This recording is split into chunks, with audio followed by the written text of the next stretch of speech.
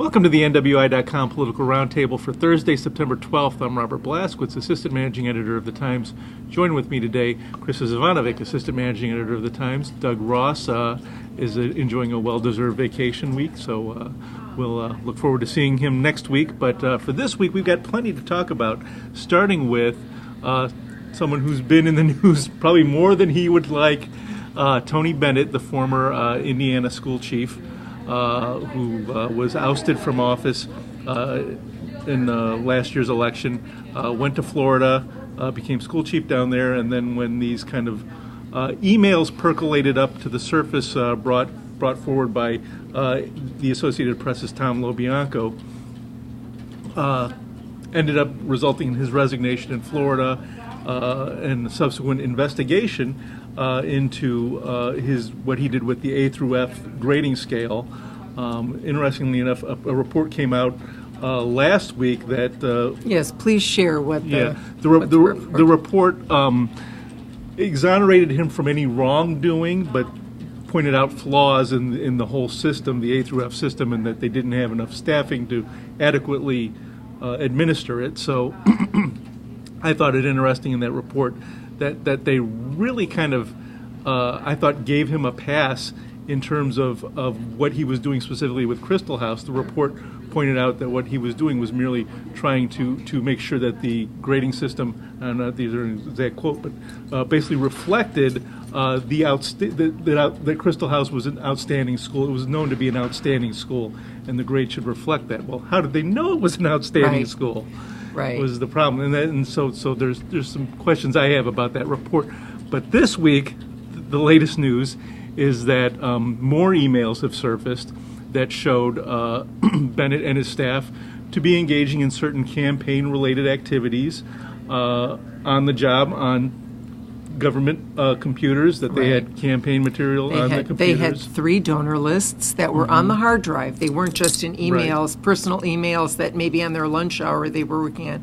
They were on hard drives that the state was paying for on state computers. And then there were emails with Bennett talking specifically about a video. In particular, Bennett had advised his staff. Now, this is the staff that's supposed to be working on education for all 92 counties, all children in the state.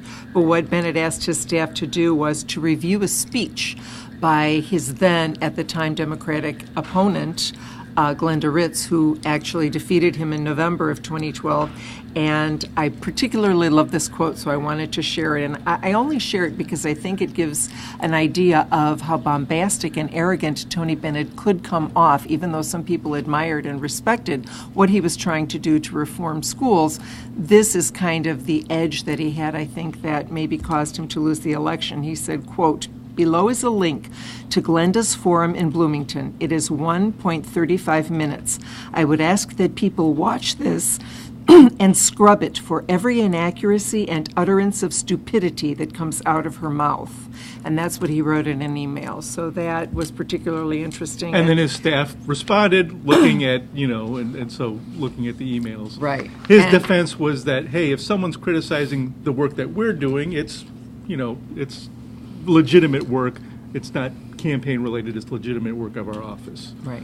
But interestingly enough, I mean, this is the kind of thing that, if you look around locally, well, George Van Til was indicted. Took the thought right out of my mouth. Right. Kind of thing. Because there is a state statute that says that elected officials cannot be working on private campaigns during work time. And that is what George Van Til possibly could be facing. That's why they took information from his records. And that's exactly, it's called ghost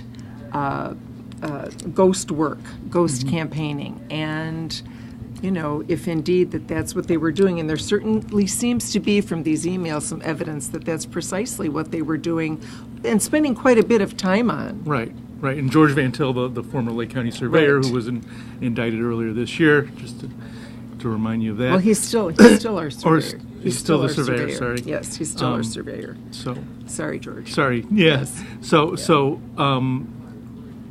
where do you think this is going to go? I mean, there's an investigation going on And this one, I think there were some kind of ethical questions about the earlier one. This one could actually be criminal, what we're talking about. I really don't know if, at this point, I just got off the wire. Senate Minority Leader Tim Linan said today he thinks we need more information because he thinks that it could violate not just ethics laws, but Indiana election laws.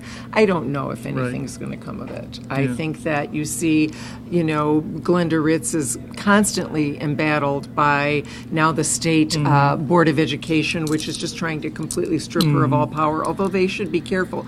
The worm can turn, the tide can change, and the Republicans could find themselves in a similar position and then wish that they had not stripped the state school superintendent of power or tried to. So I'm not really sure. If I think it'll be the same sort of whitewash, some sort of admission, and then, unfortunately, or fortunately. Well, in other state news, it was kind of interesting.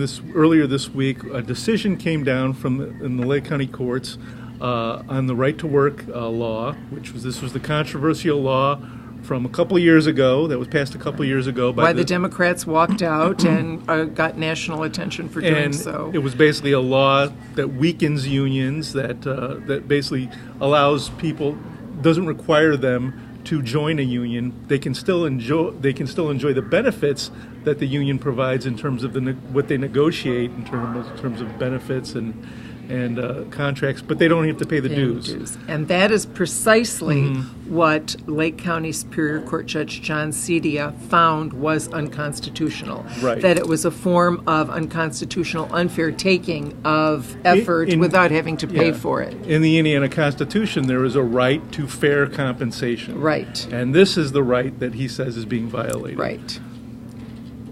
Interestingly enough, though, it seems like people are not that optimistic that this decision will be upheld by the state Supreme Court, where it's now been appealed to by Attorney General Greg Zoller. Right, and the state Supreme Court has 30 days. It will skip over. It won't be heard by an appeals court when it's an issue of constitutionality. It jumps right to the Supremes. And even Scott Pilaf, Democrat, Michigan City, said he doesn't hold high hopes for the Supreme Court upholding it. It was a good try. Yeah. Possibly a valid argument, but Pilaf did take the time to point out, though, that Indiana's unemployment rate has gone up since that right to work law was passed, while the nation's unemployment rate has gone down. We've gone in the opposite direction. This law was promised to bring more jobs to Indiana.